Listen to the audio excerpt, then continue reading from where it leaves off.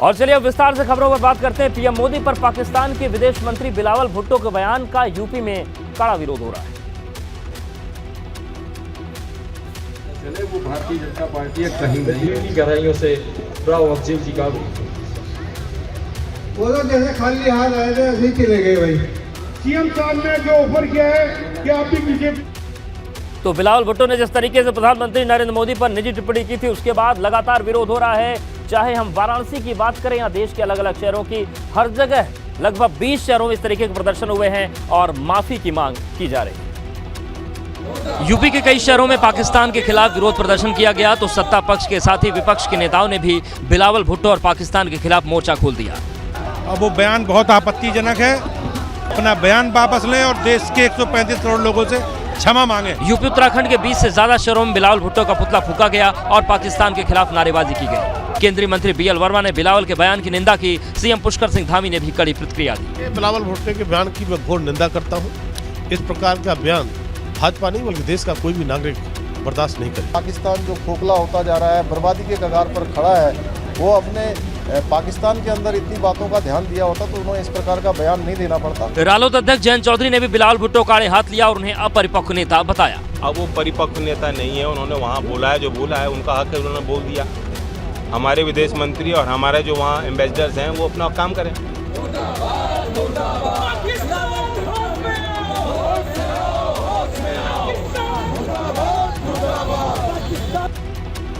राहुल गांधी के चीन वाले बयान पर जुबानी जंग तेज हो गई है। सीएम योगी आदित्यनाथ ने इसकी निंदा करते हुए जवानों से माफी मांगने की बात कही। योगी आदित्यनाथ ने चीन पर राहुल गांधी के बयान की निंदा की है और इसे अमर्यादित करार दिया है। राहुल गांधी का बयान अमर्यादित, बचकाना और राष्ट्र विरोधी तत्वों को प्रेरित करने वाला है। मुख्यमंत्री ने राहुल गांधी के बयान को देश की बहादुर सेना का अपमान बताया, देश से माफी मांगने की बात की। भारत और भारत की बहादुर सेना को अपमानित करने वाला है। हम उनके इस बयान की निंदा करते हैं, उनसे ये मांग करते हैं कि वह देश की और देश की जनता से, देश के बहादुर जवानों से माफी मांगे। दरअसल कांग्रेस के पूर्व अध्यक्ष राहुल गांधी ने जयपुर में एक प्रेस कॉन्फ्रेंस के दौरान चीन भारत के सैनिकों के बीच झड़प के मसले पर मोदी सरकार को घेरा था और सरकार पर मामले को छिपाने का आरोप लगाया था। साथ ही उन्होंने चीनी सैनिकों के भारतीय जवानों को पीटने का आरोप लगाया था, जिन्होंने 2000 स्क्वायर किलोमीटर हिंदुस्तान का उठा लिया, जिन्होंने हिंदुस्तान के 20 जवानों को शहीद किया, जो हमारे जवानों को अरुणाचल प्रदेश में पीट रहे हैं। हिंदुस्तान की सरकार सोई हुई और प्रिपरेशन युद्ध का है। यूपी के डिप्टी सीएम केशव प्रसाद मौर्य ने भी ट्वीट कर राहुल गांधी के सेना पर दिए गए बयान को अपमानजनक बताया है। अखिलेश ने निकाय चुनाव की तैयारी शुरू कर दी। इसके साथ ही चाचा शिवपाल को बड़ी जिम्मेदारी दे सकते हैं।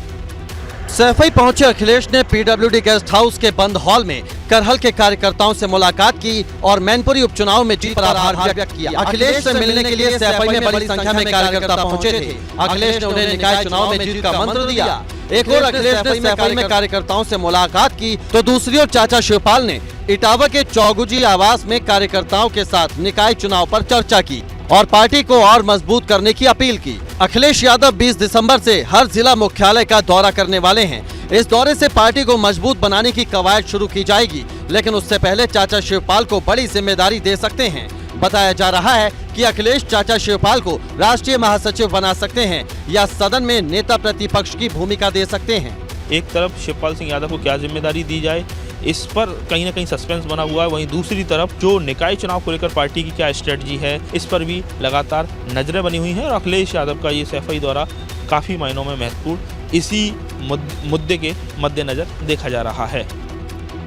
सैफई में कार्यकर्ताओं के साथ मीटिंग में अखिलेश ने कई मुद्दों को उठाया और सरकार पर तीखे तंज कसे। मीटिंग में करहल के कार्यकर्ता और डिंपल यादव भी थी। अखिलेश ने कार्यकर्ताओं से 2024 की तैयारियों पर बात की। आगे 2024 के लिए तैयार रहने के लिए कह दिया। आगे के लिए तैयार रहने को कहा है, सतर्कता से काम करना है। 2024 के लिए तैयार रहें और अब की बार भाजपा को बिल्कुल सूपड़ा साफ करना है। लेकिन जब एबीपी गंगा के संवाददाता ने चाचा शिवपाल की जिम्मेदारी पर सवाल किया तो खुलकर नहीं बोले, सिर्फ इतना कहा कि वो साथ आ गए हैं, अब इस पर क्या पूछना। अरे अब क्या बता रहे हो, वो तो चाचा साथ आ गए, अब क्या बोल रहे हो। अखिलेश ने सरकार पर सवाल उठाए, कहा कि सरकार ने हालात ऐसे पैदा कर दिए कि अब न्याय नहीं मिल सकता है।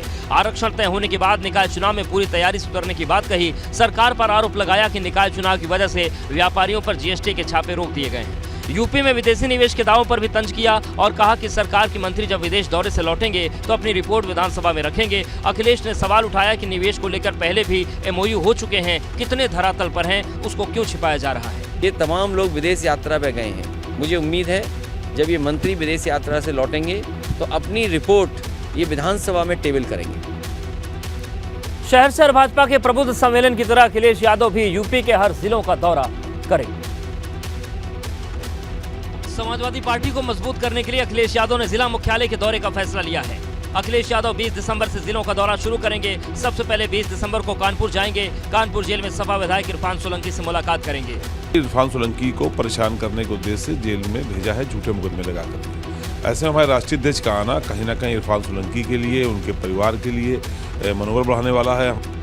इरफान सोलंकी पर एक महिला का घर जलाने का आरोप है। अलग अलग नाम से 2 आधार कार्ड मामले में मुश्किलें बढ़ गई हैं। अवैध बांग्लादेशियों से भी संबंध का आरोप है। 22 दिसंबर को अखिलेश झांसी में रहेंगे। झांसी जेल में बंद पूर्व विधायक दीप नारायण से मुलाकात करेंगे। इन दौरों से सपा मुखिया कार्यकर्ताओं में जोश भरेंगे और नेताओं की हिम्मत बढ़ाएंगे और सत्ता विरोधी संघर्ष को धार देंगे। हाल ही में सीएम योगी ने यूपी के 17 शहरों में प्रबुद्ध सम्मेलन किया था। इसी तर्ज पर अखिलेश भी हर जिले का दौरा करेंगे और कार्यकर्ताओं के साथ मीटिंग करेंगे। बताया जा रहा है कि अखिलेश यादव इन दौरों के जरिए निकाय चुनाव की तैयारी के साथ साथ 2024 के लिए संगठन को मजबूत करेंगे। मुख्तार अंसारी और माफिया के परिवार की मुश्किलें कम होने का नाम नहीं ले रही। गाजीपुर पुलिस ने लखनऊ के डालीबाग में मुख्तार परिवार की करोड़ों की संपत्ति को कुर्क किया। कितने की संपत्ति है? 8 करोड़ की संपत्ति है। 2 प्लॉट है। 2 प्लॉट। इससे पहले अफजाल की संपत्ति। हाँ, दोनों प्लॉट की कीमत 8 करोड़ से ज्यादा की बताई जा रही है।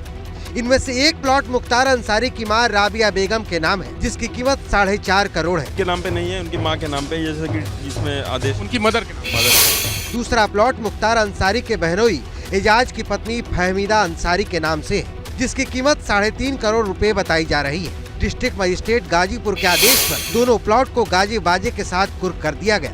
अभी और संपत्तियों की, मुख्तार अंसारी की जो बेनामी संपत्तियां हैं उनकी भी जांच की जा रही है। जांच के बाद आगे की कार्रवाई की जाएगी। एक और गाजीपुर प्रशासन ने लखनऊ में मुख्तार के परिवार की संपत्ति कुर्क की, तो दूसरी ओर ईडी ने कस्टडी के चौथे दिन भी मुख्तार अंसारी से पूछताछ की। ईडी ने मनी लॉन्ड्रिंग के केस में मुख्तार अंसारी को 10 दिनों के रिमांड पर लिया है।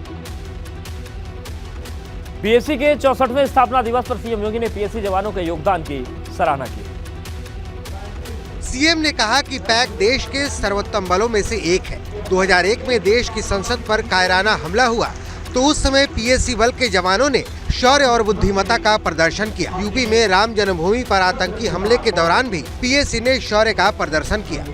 अयोध्या में श्री राम जन्मभूमि पर हुए हमले के दौरान भी जिस तत्परता के साथ कार्रवाई की और आतंकियों के मंसूबों पर पानी फेरने का कार्य किया। स्थापना दिवस पर पीएसी के जवानों ने हैरत अंगेज करतब और शौर्य प्रदर्शन करके सबको हैरान कर दिया। सराहनीय और उत्कृष्ट कार्य करने वाले जवानों को सीएम ने सम्मानित भी किया और पीएसी में मिले अवसर का भी जिक्र किया। 1,60,000 से अधिक भर्तियों की प्रक्रिया को पूरी ईमानदारी और पारदर्शी तरीके से संपन्न करने के साथ ही सभी युवाओं को एक बेहतर अवसर भी प्रदेश के अंदर प्राप्त हुआ है। सीएम योगी ने पीएसी में महिलाओं की भागीदारी के लिए महिला बटालियन की स्थापना का भी जिक्र किया। साथ ही बताया कि 3 और महिला बटालियन की भी स्थापना की स्वीकृति दी गई है। और चलिए अब देखते हैं उत्तराखंड का घड़ी घड़ी घमासान। उत्तराखंड विधानसभा में बैकडोर भर्ती मामले पर अब सियासत चरम पर है। सुप्रीम कोर्ट के फैसले के कांग्रेस ने सरकार पर ही सवाल उठा दिए। जहां एक तरफ मुख्यमंत्री पुष्कर सिंह धामी और विधानसभा अध्यक्ष रितु खंडूड़ी ने सुप्रीम कोर्ट के फैसले का स्वागत किया, तो कांग्रेस ने इसे लेकर सरकार पर गंभीर आरोप लगाए हैं। जिन लोगों की नौकरी चली गई है, कांग्रेस अब उनके पक्ष में खड़ी होती दिखाई दे रही है। करण माहरा ने जांच की पूरी प्रक्रिया पर ही सवाल खड़े किए। जो गलत है उनके खिलाफ कार्रवाई होनी चाहिए।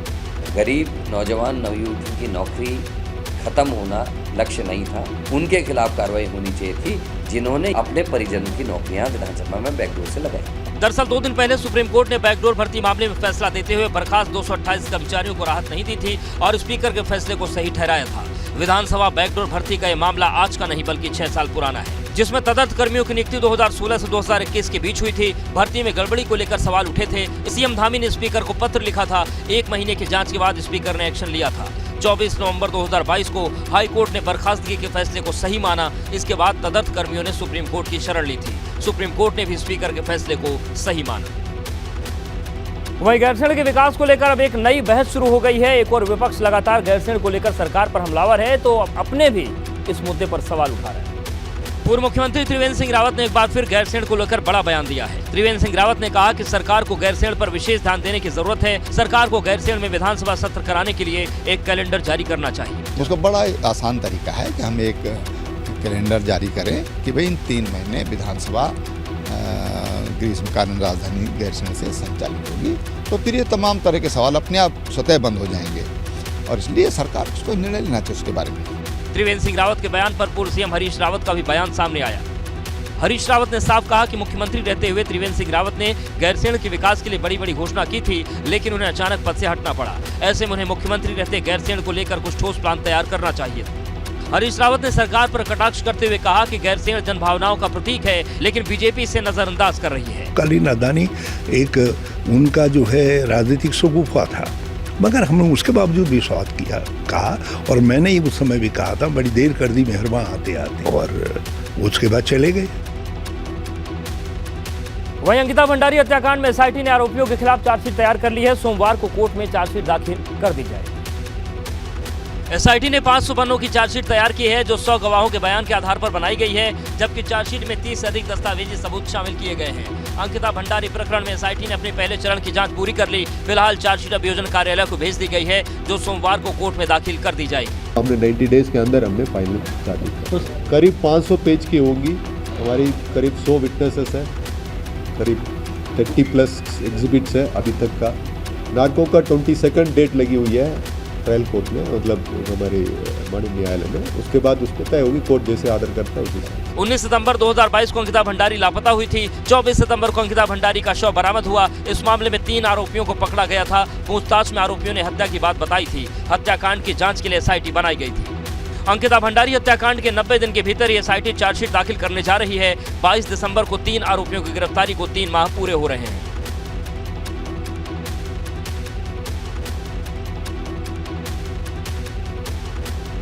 वहीं -16 डिग्री के तापमान में बाबा केदारनाथ धाम का काम जारी है। निर्माण कार्य में मदद के लिए सेना के 2 हेलीकॉप्टर भी लगे हैं। हेलीकॉप्टर के जरिए केदारनाथ धाम तक मटेरियल पहुंचाए जा रहे हैं।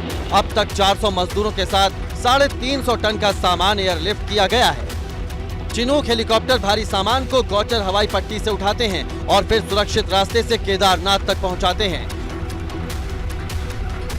जो हमारे हेवी ट्रस मटेरियल आदि जो लोहे का सामान है वो चिनूक के माध्यम से हम केदारनाथ धाम में पहुंचा रहे हैं गौचर से। पहले ठंड के मौसम में बर्फबारी की वजह से अक्सर काम रुक जाता था। सामान ले जाने में परेशानी होती थी, लेकिन 2 चिनूक के आ जाने से -16 डिग्री तापमान में भी निर्माण कार्य हो रहा है।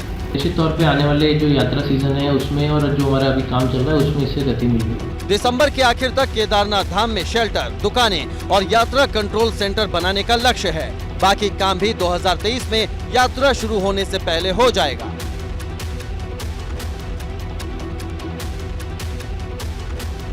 और एक बार फिर से यूपी की बात करते हैं। लखनऊ में यजदान बिल्डिंग गिराते वक्त हादसा हो गया। मौके पर तुरंत अफरा तफरी मच गई। हादसे के बाद स्थानीय लोगों ने हंगामा शुरू कर दिया। अफरा तफरी मच गई। एलडीए की टीम और ठेकेदार मौके से फरार हो गए। संयोग ठीक था कि हादसे से किसी की मौत नहीं हुई और न ही आसपास के लोगों को कोई नुकसान हुआ। कुछ ही देर के बाद सब कुछ सामान्य हो गया। एलडीए वीसी इंद्रमणि त्रिपाठी ने बताया कि अब मलबे को मैनुअली लेबर के जरिए तोड़ा जाएगा। अगर किसी का नुकसान हुआ होगा तो मुआवजा भी दिया जाएगा। मलबा गिरा था, उसमें 2-4 गाड़ियां क्षतिग्रस्त हो गई हैं, जो एक्टिवा है, और तो जिनकी गाड़ियां क्षतिग्रस्त हुई हैं वो ठेकेदार की जिम्मेदारी थी, जो वेंडर की, कि वो उनका मुआवजा सुनिश्चित कराएंगे हम उसके तरफ से। अब मैकेनिकल नहीं तोड़ा जाएगा, मैनुअली लेबर लगा के 1 by 1 धीरे धीरे उसको रिकूप करके नीचे ले आएंगे। जिस वक्त हादसा हुआ उस वक्त कुछ लोगों ने आरोप लगाए कि मलबे में कुछ मजदूर दबे हैं। कुछ गाड़ियों के दबे होने की आशंका जताई गई, लेकिन डीएम ने सभी आरोपों को खारिज कर दिया। पुलिस फोर्स थी यहाँ पर, और पुलिस फोर्स जब मौजूद है तो किसी व्यक्ति को यहाँ होने का औचित्य नहीं है। बिल्डिंग 2016 में गलत तरीके से नजूल की जमीन पर बनाई गई थी। जांच में इसे अवैध घोषित किया गया था। 2018 में गिराने का आदेश मिला था, लेकिन अब इस बिल्डिंग को बुलडोजर से गिराया गया है। वहीं यूपी में प्राइवेट स्कूलों में बच्चों को पढ़ाने वाले माता पिता को फीस का झटका लग सकता है। प्राइवेट स्कूलों में तीसरे सत्र में फीस वृद्धि की अनुमति मिल गई है। नए सत्र से 12% स्कूल फीस बढ़ सकती है। अगर आप साल में 1 लाख रुपए फीस देते हैं तो अप्रैल में 1,12,000 रुपए देना होगा। 2 लाख रुपए सालाना फीस देते हैं तो अप्रैल से 2,24,000 देना होगा। अगर साल में 80,000 रुपए देते हैं तो आपकी जेब पर 9,600 रुपए का बोझ बढ़ जाएगा, यानी आपको 89,600 रुपए देने होंगे। देखिए, ये 11.69% जो है वो मैक्सिमम इंक्रीज है। ऐसा जरूरी नहीं कि हर स्कूल 11.69% तक फीस बढ़ाएगा। इस फैसले से एक बार फिर अभिभावकों पर महंगाई का बोझ बढ़ेगा। फीस में वृद्धि नहीं होनी चाहिए। ऑलरेडी पहले से हम लोग जो है ना इस भार को सह नहीं पा रहे। तो मैं सरकार से निवेदन करूंगी कि इस पे पुनः विचार करें। इसमें क्या होगा कि हम बच्चों की जो अदर एक्टिविटीज है उसे हमें कम करना पड़ेगा सिर्फ स्कूल की फीस के लिए। हर साल 50,000 रुपए फीस देने वाले पर 6,000 का बोझ बढ़ेगा। मेरठ के अभिभावकों का कहना है कि आमदनी बढ़ती तो फीस देना मुश्किल काम नहीं है। कमर टूट जाएगी, आम आदमी का तो इतना बुरा हाल हो जाएगा कि वो अपना बच्चों को पढ़ाने के बारे में सोचे या दूसरे अपने अन्य खर्चे की चीज़ों के बारे में सोचे। ये नया फैसला है, इसके हम बहुत बिल्कुल खिलाफ हैं और ऐसा नहीं होना चाहिए। और उत्तर प्रदेश में बुलडोजर का चलन दिनों दिन बढ़ रहा है। अब एक पिता ने अपनी बेटी की शादी में उसे बुलडोजर का उपहार दिया है, जो सबको हैरत में डाल रहा है। दरअसल हमीरपुर जिले में हुई ये अनोखी शादी अब इलाके में चर्चा का विषय बनी है। वजह है ये बुलडोजर, जिसे लाल गुब्बारे और फूल माला से दुल्हन की तरह सजाया गया है। लड़की के पिता ने अपनी बेटी को दहेज के रूप में बुलडोजर भेंट किया। शादी की रस्मों के दौरान ससुर ने अपने दामाद को बुलडोजर की चाबी सौंपी। एक पिता की ओर से अपने बेटी को दहेज में बुलडोजर दिए जाने का यह अनोखा मामला पहला है। बस पापा ने एक उपहार के तौर पे गिफ्ट ये बुलडोजर दी हुई है और कुछ नहीं है। कुछ बड़े होते हैं जिनके उनके रिचुअल्स वगैरह सब, उस वजह से उनकी बात भी माननी पड़ती। दुल्हन नेहा सिविल सर्विस की तैयारी कर रही हैं। बुलडोजर देने के पीछे दुल्हन के पिता का तर्क है कि अगर उपहार में कार दी जाती तो वो खड़ी रहती, बुलडोजर आमदनी का जरिया बनेगा। ये कि समाज के लिए देखा जाए तो नई पहल है। हम काम देंगे, इससे लोगों को भी काम मिलेगा। तो 4 व्हीलर मिलती, खड़ी रहती, लोगों को रोजगार भी नहीं मिलता, उससे 2 बंदों को रोजगार चल रहा है। जाहिर है यूपी में बाबा का बुलडोजर सुर्खियों में रहता है, लेकिन यहाँ गिफ्टेड बुलडोजर का मकसद सिर्फ रोजगार और आमदनी से है। और प्रदेश के बाद अब देखते हैं देश में कहाँ चल रहा है घड़ी घड़ी घमासान।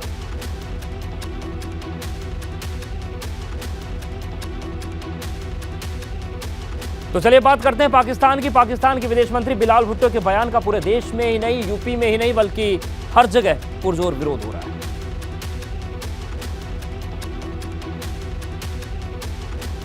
पटना में भाजपा कार्यकर्ताओं ने बिलावल भुट्टो के खिलाफ नारेबाजी की और पाकिस्तान को सबक सिखाने की मांग की।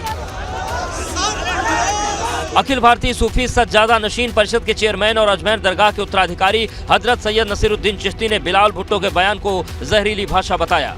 I strongly condemn the venomous language used by the Pakistani foreign minister. Chhattisgarh के मुख्यमंत्री भूपेश बघेल ने कहा कि ऐसे बयान को बर्दाश्त नहीं किया जाएगा, इसका करारा जवाब दिया जाना चाहिए। बिलावल भुट्टो बच्चा है और वो जो बयान दिए उसकी निंदा करता हूँ, और देश के प्रधानमंत्री के बारे में इस प्रकार से कोई बोले तो ये बिल्कुल बर्दाश्त नहीं है। अमृतसर में भी भाजपा कार्यकर्ताओं में आक्रोश देखने को मिला।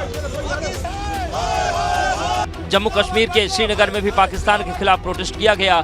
आंध्र प्रदेश के विजयवाड़ा और हैदराबाद से भी प्रदर्शन की तस्वीरें सामने आई। हर शहर में पाकिस्तान के खिलाफ गुस्सा देखा गया। बहराइच में भी भाजपा के कार्यकर्ताओं ने बिलावल भुट्टो का पुतला फूंककर गुस्सा उतारा। तन्नू जी भाई साहब, केंद्रीय गृह मंत्री अमित शाह ने कोलकाता में ईस्टर्न जोनल काउंसिल की बैठक की, जिसमें पश्चिम बंगाल, बिहार, झारखंड, ओडिशा और सिक्किम के प्रतिनिधि शामिल हुए। इस बैठक में सीएम ममता बनर्जी भी मौजूद रही और बीएसएफ को बॉर्डर के 50 किलोमीटर अंदर तक कार्रवाई के अधिकार देने पर नाराजगी जताई। सीएम ममता बनर्जी का मानना है कि इससे आम लोगों को परेशानी हो रही है।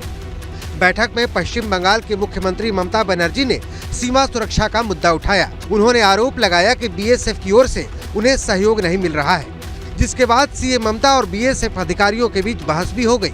बीएसएफ अधिकारियों और सीएम की बहस गृह मंत्री की उपस्थिति में ही हुई। दरअसल ईस्टर्न जोन में आने वाले राज्यों में सिर्फ पश्चिम बंगाल ही ऐसा राज्य है जिसकी सीमा बांग्लादेश से मिलती है। बांग्लादेश की ओर से पश्चिम बंगाल में बड़े स्तर पर घुसपैठ होता है। केंद्र सरकार की ओर से घुसपैठ को रोकने के लिए नया कानून बनाया गया है, जिसके तहत बीएसएफ को इंटरनेशनल बॉर्डर से 50 किलोमीटर तक के इलाके में कार्रवाई करने का अधिकार दिया गया है।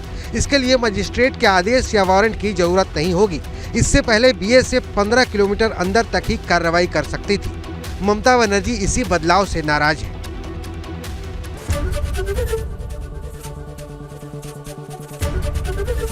एबीपी गंगा, खबर आपकी, जुबान आपकी।